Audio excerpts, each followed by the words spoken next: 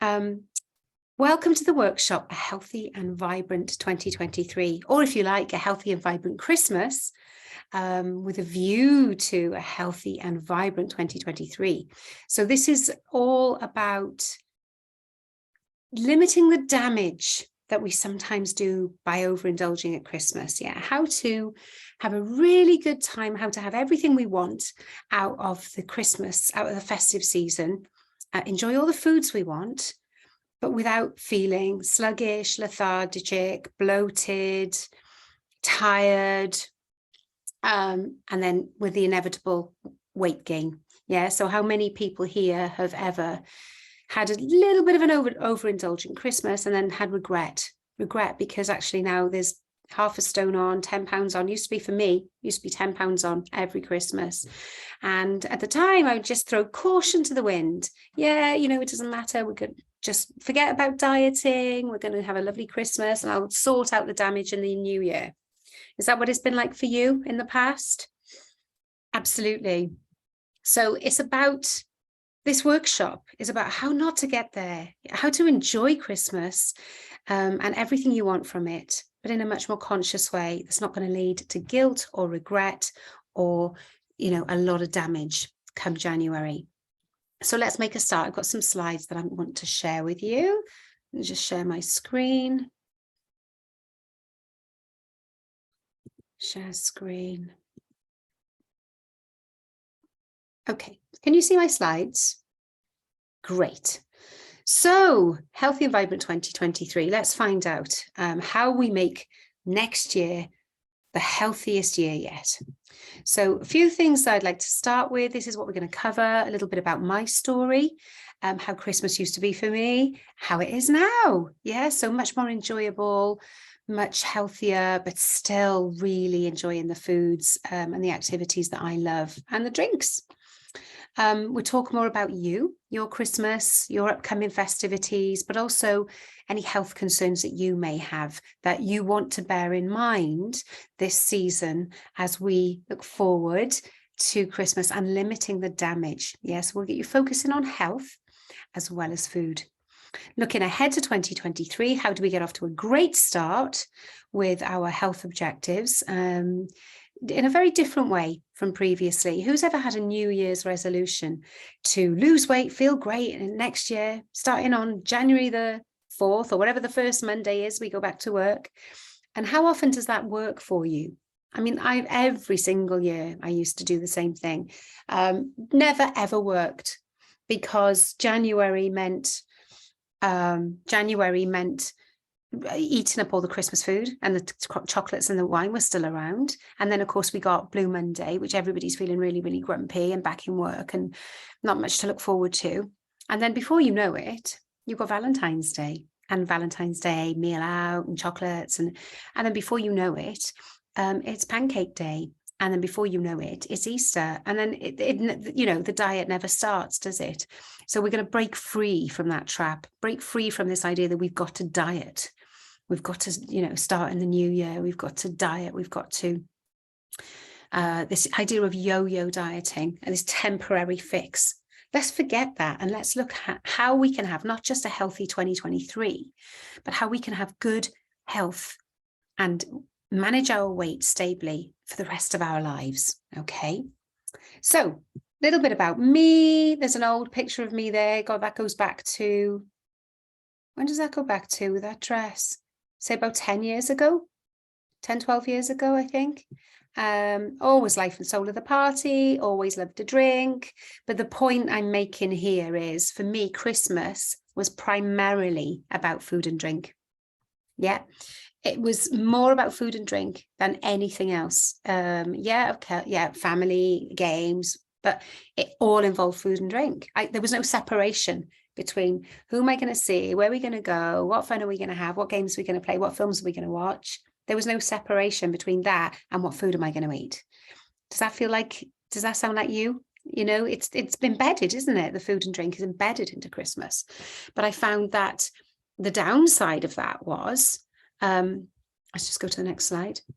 The downside of that was I felt bloated. and lethargic over Christmas, when actually what I'd really wanted was to have a really nice time and lots of fun.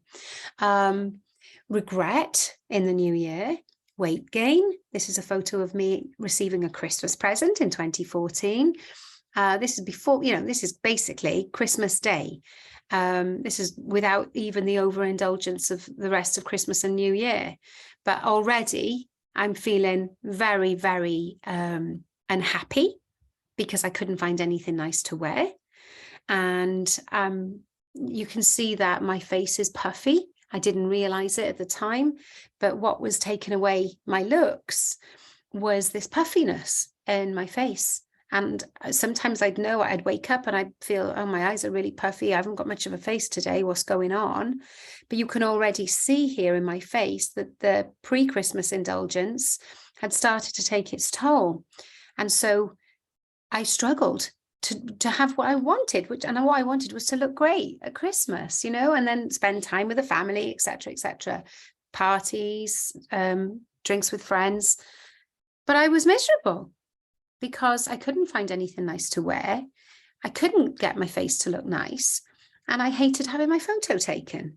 And that was the consequence of not just Christmases of overindulgence, but any special occasion, holidays, Valentine's Day, Mother's Day, birthday, parties, throwing caution to the wind and not thinking about my health, but instead thinking, oh, I'll fix it tomorrow, right? That yo-yo diet mentality. It's all different now, but I just want to go to my next slide about dieting. Dieting is not the answer. Yeah, for all those decades where I dieted, it never solved my problem. Did you know that, in fact, the average statistics show that the average for every person who ever does a diet is that for each diet they go on, they gain 3 pounds. Isn't that unbelievable?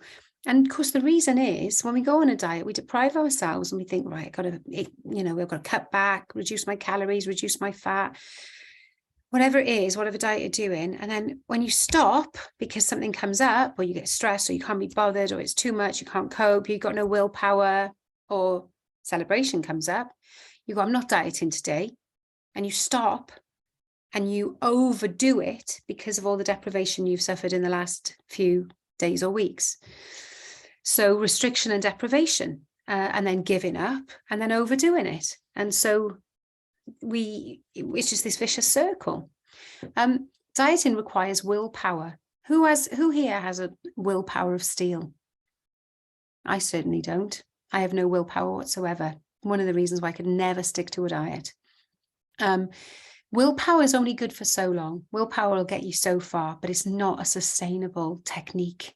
So any food behavior change that requires strong willpower is doomed, destined to fail.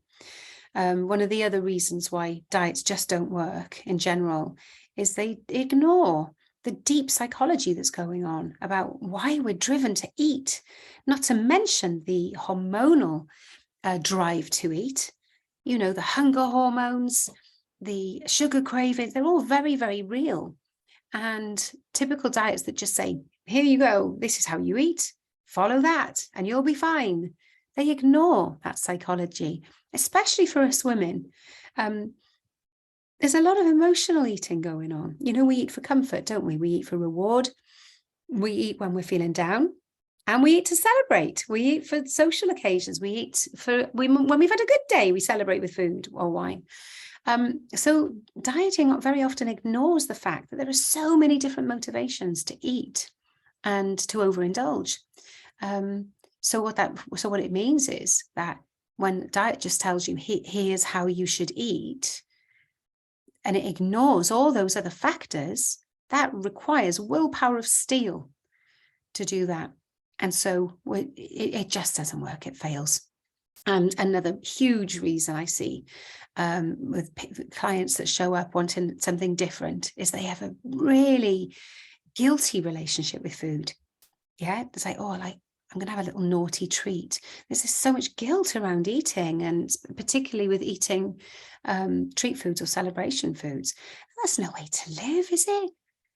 how about let's ditch the guilt? Let's stop dieting and ditch the guilt, shall we? So here's a little quote that I really like. People don't fail at diets. Diets fail people. Now, I've put that slide first for this particular workshop, but if you are using your workbook, that's question 4 in your workbook. But we're going to come to the workbook now. But what did change for me was 2.5 years ago, actually, when I discovered this program that I now coach, and I discovered a completely new way of eating. And what I discovered was we have come so far in the way we eat these days from the way nature provided, that no wonder we are carrying extra weight, we're undernourished, we're hungry all the time, we're tired, we're lethargic, we're bloated. And what I found out was, and I didn't know this, but I went on this 13-week program where it taught me how to eat better and better each week. And what I found was the closer that we are eating to the way that nature provided for us, the better health we're in. And it's just been an absolute revelation. So when we're eating for health, nature doesn't want us to carry excess weight. So the weight is able to come off much more effortlessly. It's not about dieting, it's just about eating the way we're meant to eat. And what I discovered was that food marketing is to blame. It's not our fault. It's the way we are marketed at constantly by fast food, supermarket, convenience food, health food dressed up in packets, what they call health food, which isn't health food at all. If you have a look at those, for example, the granola bar there, or you might get a packet of nuts, or something called butternut squash crackers, or vegetable crisps. You look at what's in these things, and they're sold as health foods, but are they really? You'd be surprised if you read the ingredients. You'd be really surprised that things like granola cereal bars, how much sugar do you think's in them? 35 to 40% of refined sugar in those granola bars, and they're selling them as health food. It's just not on, is it? So when I discovered that way of eating and I did the program, 13 weeks later, I had released 20 pounds and I was free from joint stiffness. And I'd been starting to get really stiff joints, not just in my 40s actually, but even in my 30s. I would get stiff joints from standing for 10 minutes. And I didn't know what it was. And I mentioned already the puffy eyes that I would get, but now I'm realizing that the stiff joints and the puffy eyes, not to mention tight rings, were all a symptom of the way I was eating. It was causing inflammation in my body. And I'm sure you know this, but inflammation in the body is one of the biggest contributing factors to chronic disease. And so when we're eating much more closely aligned with nature, we can overcome inflammation and we can overcome the high risk of those chronic diseases. And I'll show you a few success stories towards the end, but it is absolutely possible to overcome joint pain and joint stiffness where it's to do with inflammatory arthritis, as well as lack of energy, chronic ailments, and dare I say it, over this longevity, this idea of longevity. So who here wants to live a long and healthy life? Of course, we all do, don't we, right? I'm aiming to live well beyond 100, all things being well. And yet, there are so many things, aren't there, threatening our health. Not, for a lot of us, a weight gain is a problem, but it may not be that for you. It may be other chronic ailments. So what is it for you? Is it your weight? Is it that you're worried about getting some kind of long-term or chronic ailment into the future? And you actually looking at increasing your longevity? Or are you struggling with a lack of energy? Are you tired in the afternoon? I mean, who isn't? Well, I'm not anymore. So that is one of the benefits that I've seen with eating better, is I am no longer tired in the afternoon. I go all day long on full energy. And yeah, I'm tired for my bedtime, but that's usually get tired about 11 o'clock, I suppose. Getting a good 7.5 hours of sleep, and I've got energy all day long. I'm not getting that afternoon flag, you know, that afternoon slump, the flagging. I do remember that before I found this way of eating, I often used to need a nap. I just couldn't function. I'd just be so drained, and it would be like this kind of drugged sleepiness. Do you ever get like that? It's low blood sugar. It's erratic blood sugars, and it's a result of the way we're eating. So let's move on. So this is me now, feeling, this is me at various parties and festivities, feeling great now, you know, finally can find some lovely outfits to wear.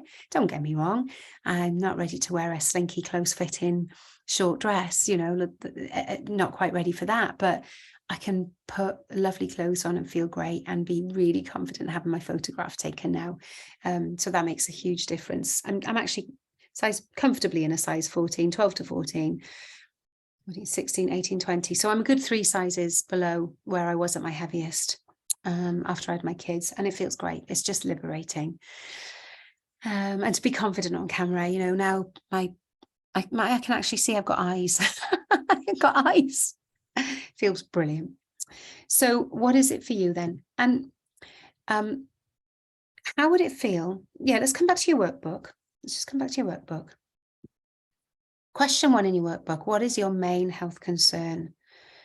So reflect on that for a minute and pop your answer into your worksheet. What is your main health concern?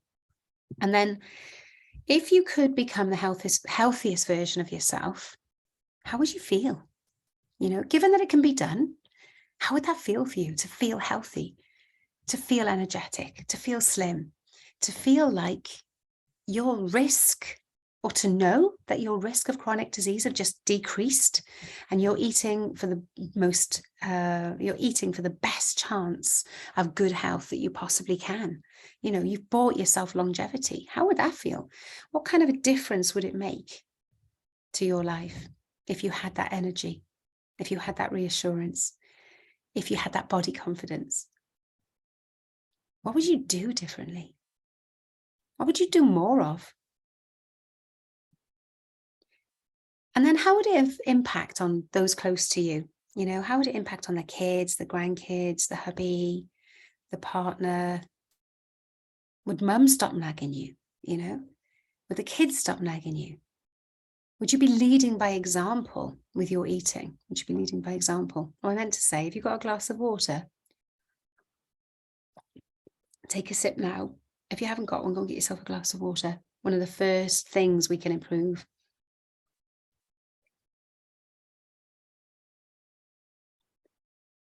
So who else would benefit from your success? How would it impact on those close to you? And what other areas of your life would improve? Might it have a knock-on effect on your business, or on your work, or on your hobbies, or your social life? What other areas would improve if you were in the best of health? And what are the things that you think holds you back? So, okay, we've got a Christmas theme today, don't we? Is it like it was for me? Is it Christmas that holds you back each year?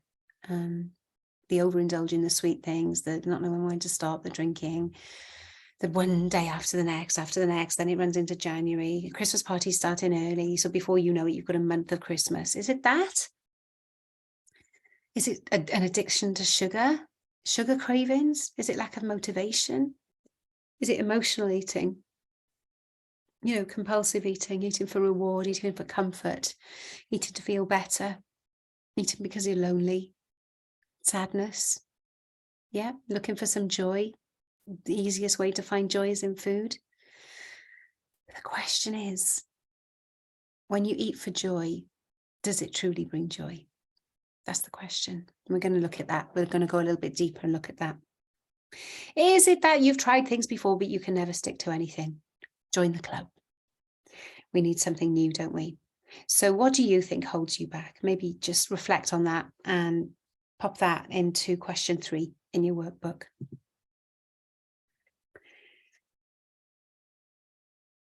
Which foods mean Christmas to you? I've just come up with some ideas there. Pringles, Quality Street, homemade cookies, mince pies, chocolates, cheese board. What foods mean Christmas to you? Let's just pick a few.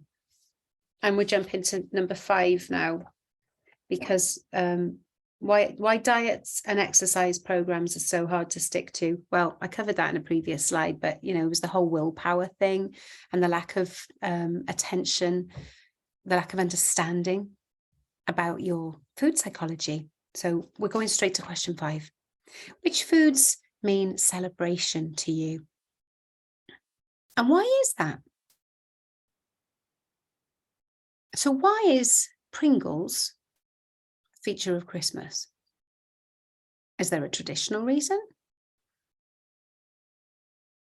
Is it just that you really like Pringles and the only time of the year you'll allow yourself them is Christmas? What is it for you? Is it cheese board? Now, with something like a cheese board, I can completely understand the social element of that. The idea of putting a sharing platter on the table for everybody to enjoy. There's a social reason for that, yeah? So put that down, because certain foods, certainly depending on the way they're presented, the way they're offered, the way they're enjoyed, can have social reasons, yeah? We're enjoying food together. But why does it have to be that food? Why cheese? Why mince pies, a chocolate? What's that all about? Is that a traditional thing? I think it is. I don't know why. But it comes to be an association, doesn't it? Christmas means mince pies, basically. But let's look we look more closely at why that is. And how many mince pies do you eat at Christmas? Is it something that makes you feel Christmassy? Do you feel Christmassy when you've had a mince pie? So what is it? Why does it mean celebration? And I actually really like the one in the top right, the homemade cookies, because that really does. If you're talking about the activity of home baking, wow, what a joy. All right, for some of us, it's a stress because we think we've got to do it. And we're stressed out, I've got to get this baking done before Christmas. But actually, if you're talking about that joy of cooking, making cookies with the kids or the grandkids, or you're just enjoying it, you're playing some Christmas music, it's a beautiful activity, yeah? Of course it is. But that's the activity that we're enjoying, not the food. So let's get clear. Let's get clear on what's where. I'm not saying don't have any of these treats. So I just want us to understand that the food does not equal Christmas.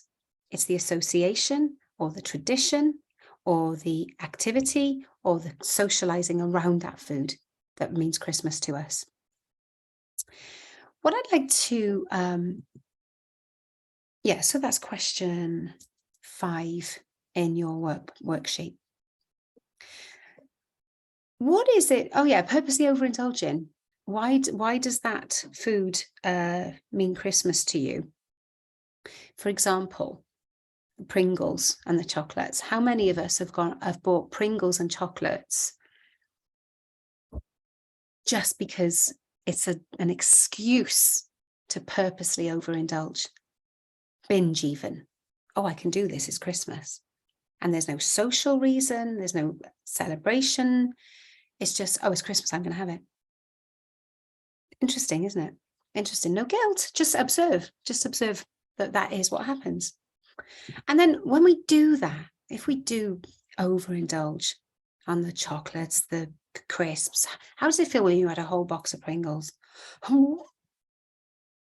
Anybody ever felt physically sick from overindulging on Christmas foods like that? I say Christmas foods, Christmas non-foods, should we call them? Anyone ever felt ill? We've all had a hangover, right? Most of us have had a hangover. Anybody ever felt really, really tired at Christmas? You think, I don't know what's the matter with me. I'm not this tired normally. And now I've got a week off. I am shattered. Why do you think that is? Sugar? Interesting, isn't it?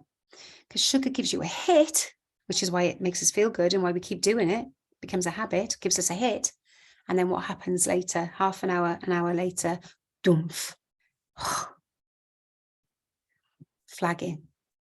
So how do those foods feel in your body? Let's be honest about it. And what happens when you have your Christmas dinner and you've already had mince pies and you've already had Bucks Fizz in the morning and maybe a glass of Baileys, and then you have your pudding and then the cheese and biscuits come out. It's like, oh, how do you feel? How does the food actually make you feel? What was the plan for the food before and how did it feel after? What was the reality? Yeah, interesting to reflect, isn't it? Let's move on. So choose one particular food. Let's say it is, let's find something that we have realized doesn't serve us. Let's take Pringles, because it's almost as if, well, for me, if it was Pringles, it would have been the excuse to pig out, basically. So it's not about the cheese board and the social occasion and the joy of sharing. It's not that. And it's not the, oh, joy of home baking. This is just pure, unadulterated gluttony. Sitting there, popping one after another because I can, because it's Christmas. I'm treating myself. Once I've had that many Pringles, I feel crap. Let's look back at whether the box of Pringles is actually an absolute fundamental part of the Christmas celebrations. Is Christmas without the Pringles? Well, for me, absolutely. In fact, Christmas would be more Christmas without the Pringles, because without the Pringles, I'd probably be feeling better. So without that particular food, it would still be Christmas. What about the Quality Street or the roses? Okay, would it be Christmas without those? For some of you, I know you'll say, no, it wouldn't be Christmas without that box of beautifully coloured chocolates. But how many do you have and how do you feel about it? If you manage your chocolate intake so that you still feel well, great, good for you. That's what we want. But if you're somebody that can't stop and you know how it feels to feel sick after you've had too many chocolates, is that really lending itself to a great Christmas? Is that really enhancing your joy and connection from the experience of the food? Yeah. Whereas if we look at the Christmas turkey, or maybe the Christmas pudding or the mince pies, yeah, to a certain extent, that's part of the Christmas festivities. It's about socializing, connecting around food. As I said, still separate the connection from the food, but at least with those foods, we can understand that there's an element of sharing the experience. Maybe there is with the Pringles. But does the food itself actually enhance the joy and connection of Christmas? Just worth thinking about. And if it does, great. But most of the time when I ask this question about any particular junk food, should we say, the answer is usually actually no. The food itself doesn't enhance the joy and connection. It's just an excuse to eat treat food. Okay. How can we adapt our food choices so that they're more supportive and feel better? What the healthy swaps can we make? So I don't eat Pringles anymore. I don't even like them anymore. What do I do instead?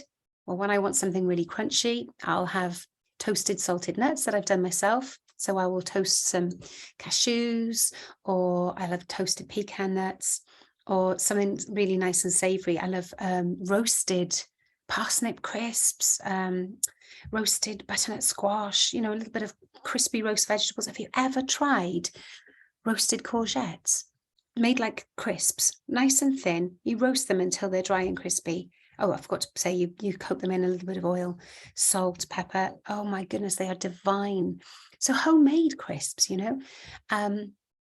kale, crispy kale, coated in seasoning and roasted in the oven on low, can be absolutely divine. So healthy swaps, what can you have that's got a bit of crunch to it and a bit of saltiness to it? That's not a packet of Pringles. Give you a tip, look on the ingredients of the Pringles. Is that stuff you really want to put in your body? You will not believe the ingredients in Pringles. And it doesn't start with potato. Doesn't start with potato. Okay, so what healthy swaps can you make? Dessert, can you use fruit? If you're making mince pies, I've just made a lovely batch of mince pies. No added sugar. I made my own mincemeat, dried fruit, an apple, vanilla, spices. That was the, boiled that all up. That was the mincemeat. Absolutely delicious. My son wanted to just eat the filling, on its own. And I made the pastry cases. Again, no added sugar. Made the pastry cases actually without even using refined flour. I used almond flour and chickpea flour, and they're absolutely gorgeous. So healthy swaps, healthier versions, rather than buying the shop bought thing, which is going to be 40% sugar and then various hydrogenated vegetable oils and all this rubbish that they put in. If you taste the shop bought one compared to homemade, how good is it? So healthy swaps, making yourself, eliminating the refined sugar, vegetable snacks, vegetable dips on a buffet table, fruit salad. And yeah, there are certain things that can't be swapped. Christmas pudding, well, unless you're ready to make your own. I'm going to make my own this year, but it's about making healthy swaps where we can. What about a nice healthy soup? A nice healthy chicken and vegetable soup. So, and lovely brightly coloured salads on the table. Or if you don't want salads because it's too cold now, lots and lots of cooked vegetables. Roasted vegetables are very, very delicious. So just think, what 1 or 2 healthy swaps can you make so that the foods that you're having this Christmas are more supportive? How do we limit the damage? So the first one we've hinted on is drink more water. Let's take another sip now. The next one is, don't worry about counting calories, maximize nutrition, right? It's more important to get more of the good stuff, the vegetables, fruit, meat, fish, eggs, nuts and seeds. It's more important to get more of that than to eliminate the bad stuff. So especially relevant this Christmas, let's focus on maximizing nutrition. Now, I had a slide showing eating in nature. I'm just going to quickly show that again because there's a lot of confusion around what's healthy. Look at the way we evolved to eat. Healthy eating means vegetables, number 1. That would have been the most, the biggest part of our diet would have been vegetables. Fruit, but not all year round. It's good to take a break from fruit. We didn't evolve to eat fruit all year round. So vegetables, fruit, but in season. Meat, fish, eggs.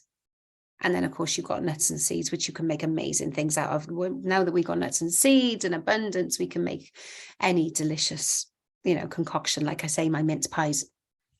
So what can you make out of those foods? So I just wanted to simplify this whole healthy eating thing. Did we evolve to eat it? That's the basic principle. If we evolve to eat it, it's a health food. Right, so let's get back to where we were.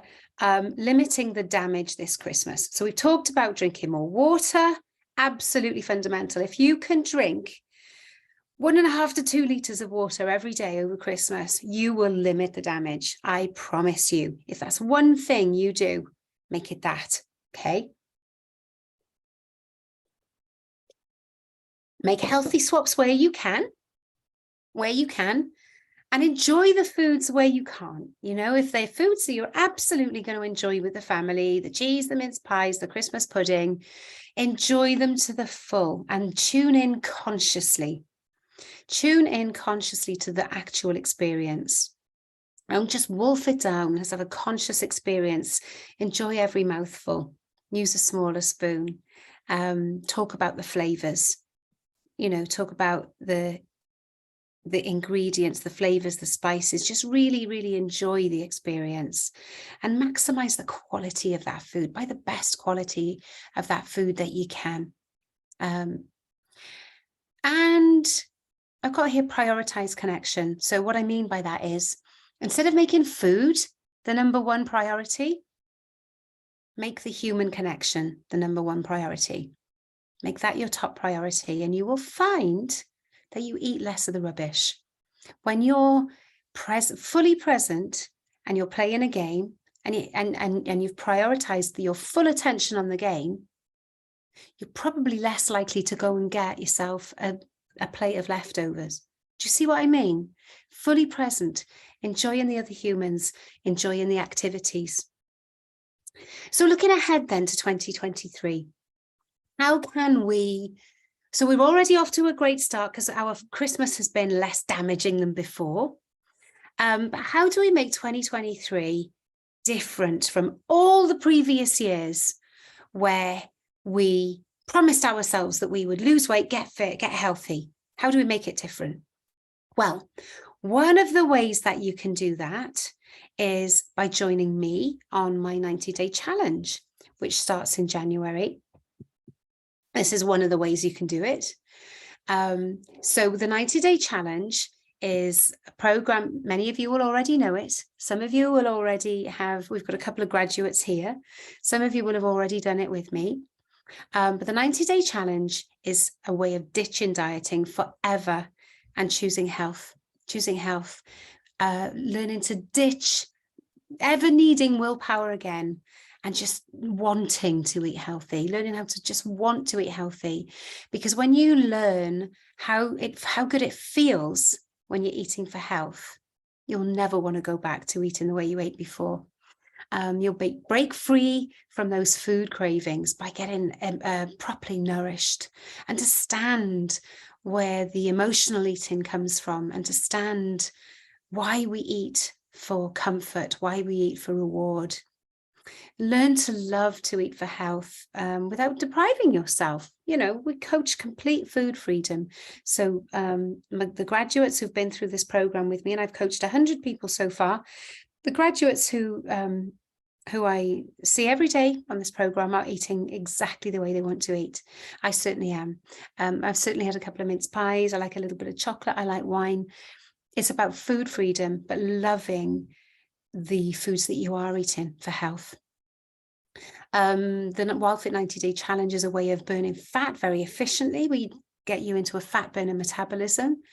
This gives you maximum energy and effortless weight release. So very, very easy way of burning fat, but without counting calories, without going low fat, taste free, without diet products, without having to make shakes, without going hungry. That's the most important thing. You'll never go hungry on this program. Learn how to, with me as your coach, you will learn how to prep food easily and effortlessly, and batch cooking so that you're spending the minimum amount of time in the kitchen. No complex recipes to follow. We would make the food that you love, whether that's your bolognese, your stir fry, soup, salads, or whether it's curries, even if it's, you know, fish and chips, whatever it is, we can show you a way of making that food that's much more supportive. And you will find your mojo again. So I want to show you, I want to introduce you to the students on my September 22 tribe who have just graduated this week. 2 days ago, they've graduated. So we have got Shauki there. Food is no longer in control of me. We've got Dee. After 90 days, I feel well again. I feel lighter. She released a stone. She's feeling 10 years younger. She's free of her aches and pains and she's sleeping better. Alison there, sustainable eating habits, sustainable healthy eating habits. This is after the 90 day. This is after 90 days. Ellen, my positive energy returned. I'm 22 pounds lighter. I feel so light. She's bouncing. We've got mood so much more stable, 14 pounds released, sleeping well for the first time in years, headaches gone, released 24 pounds, fits in nicely into my clothing, the lovely Jen and Paul there, my good friends. Karen, look and feel slimmer, can fit into so many more of my clothes. I've lost just shy of 1.5 stone. Lost weight, 20 pounds, pain-free. Shazana was suffering badly with pain in her legs and her hips, and found it difficult to walk more than a few hundred meters. But she's pain-free now, just because of the way we're eating. Annabelle released 22 pounds, got her energy back, and so on it goes. So there were 20 graduates in September, and my next class runs in January. We start on the 30th of January. And I just wanted to, I wanted to show you this particular picture of Karen, who has just done brilliantly on my program. She was going through an awful lot with some family bereavements, some really close family bereavements, one after the other. And she'd kind of given up. She was feeling so demotivated, so low on energy. She was feeling grey. She told me she was feeling grey. She was suffering with inflammation in her ankles, really, really swollen ankles, you know. And she did my program. She was feeding us at that time. She was existing on toast and cereals. She wouldn't eat much during the day, maybe some biscuits, but dinner was toast or cereals. And she just had no get up and go at all. She's done my program. She released 24 pounds in the 90 days. And she's now gone on to release another stone or so that she's now 3 stones lighter than when she started. Headaches are gone, acid reflux is gone, inflammation is gone. She's a dress size smaller, confident now to show her photo. Sleeping much better, doesn't need any more daytime naps, and she feels more alive.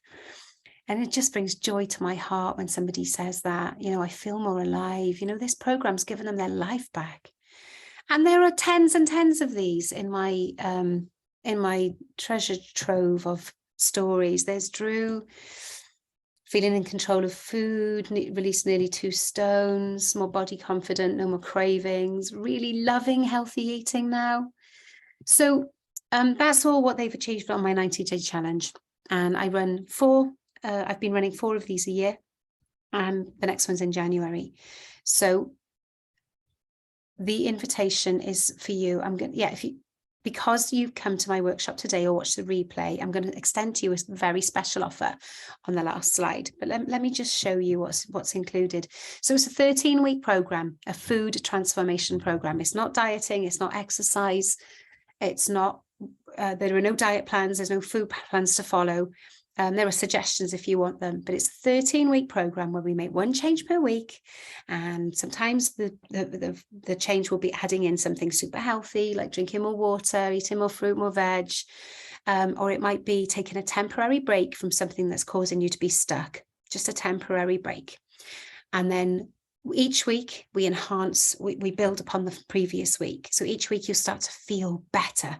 And that's why it becomes permanent and sustainable, is because with each week, as you start to feel better and you reflect on what caused you to feel better, you immediately know what was making you feel worse. And so you will never want to go back because you're feeling so much better. It's almost like learning to dance or learning to ride a bike. This stuff gets programmed in. We get you looking closely at the food psychology, what motivates you to eat, in a similar way to what we've touched on today, just very, very briefly, looking closely at the motivations behind food. And when we can tune in to what motivates us to eat, are we needing comfort? Are we needing to feel rewarded? Are we feeling down? We can find better ways, more wholesome ways, more effective ways of getting those emotional needs met. So that's a key part of this program. So you get the training, the WILDFIT 90-day challenge training package, which normally retails for $900 US. Plus you get 29 hours of coaching with me, 29 hours in the group of group coaching. So that works out Monday, Wednesday, Friday for the first 2 weeks, but after that it's Mondays and Fridays. If you can't make any of the calls, there's no problem. I record all the coaching calls so that you can watch them the same day on replay if you couldn't attend. Small group support, so you'll always have check-ins with me each week, and I've got a 99% satisfaction rate, and pretty much 99% success rate. You know, people achieve what it is they intended to achieve. They're looking for weight release, they're looking for energy, better energy, they're looking for improved health, and they're looking for a completely new relationship with food. And pretty much out of those 4 potential areas, people are normally looking for 2 or 3 of those, and 99% satisfaction rate with that they come away with those objectives met.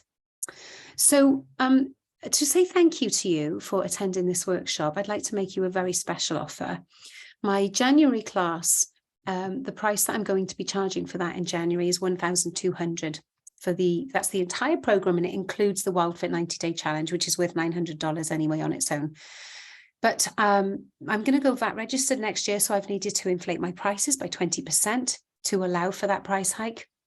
And so the special offer that I'm extending is an early bird offer of $995, which is my 2022 prices, for anybody who sees this recording or joined me this evening. And that price, I will honour that price up until Christmas Eve. So if you'd like to jump on my January class, or even just put down a deposit for my January class, then let me know. Just message me, email me, phone me, whatever it is, however you connected with me in the first place, get back in touch, and I can let you know how you can join at that £200 off price. And then on Christmas Day, the prices go up to my 2023 prices, which is going to be 1,000. Well, it's 1,195. So I don't know if you've got your phone there. If you wanted to scan now, that will give you a link to my website, which tells you much more information about the 90-day challenge. But I wanted to keep it short today. We're all busy, aren't we, getting ready for Christmas? But that's the offer to you, just to say thank you for turning up. So thank you all so much for joining me. I hope that, there's one more thing on the back of your worksheet. There's one more thing, and that is, what steps can you take right away? These are all things we've talked about today. What steps can you make? What small steps can you make right away to have a healthier, more vibrant Christmas? So enjoy that reflection in your worksheet. And then in the final page, there's just some buttons. Obviously, you can't press buttons if you've printed them out, but on the PDF that you downloaded, these buttons work. There's a button there to book a discovery call with me. If you're not sure, you want to go ahead. If you're not ready to invest right now, but you want to have a talk about it and see what you think, what I think it can do for you, and what you can, what am I trying to say? See if it's right for you. Then book a call with me, and we can talk for up to 45 minutes about your health and what you want to improve.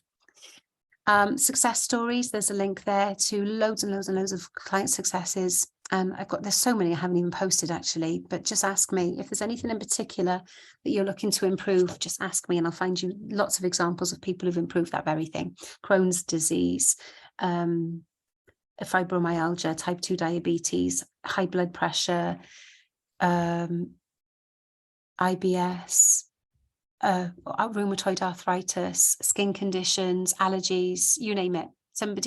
Several people will have had success in improving their symptoms for various conditions. And then the last button is my Facebook community. So that is called Eat Well, Feel Great, Live Life to the Full. And if you're not already in that group, do join, because it's a lovely sharing space. We have a lot of fun in there, challenges and recipes and more free workshops and events and that kind of thing, freebies. So just join the community to stay part of this, even if you don't want to go ahead with the challenge in January. So that is it, my lovelies. Thank you so much for joining. It's been an absolute pleasure to have you here. Have you got something out of it? You think you can take something away that will contribute to a healthier, more vibrant Christmas? I do hope so. So I thank you for joining, and I hope to see you again. Have a beautiful and, shall we say, vibrant and joyful Christmas. And I hope to see you on the class in the new year or in the group. Bye.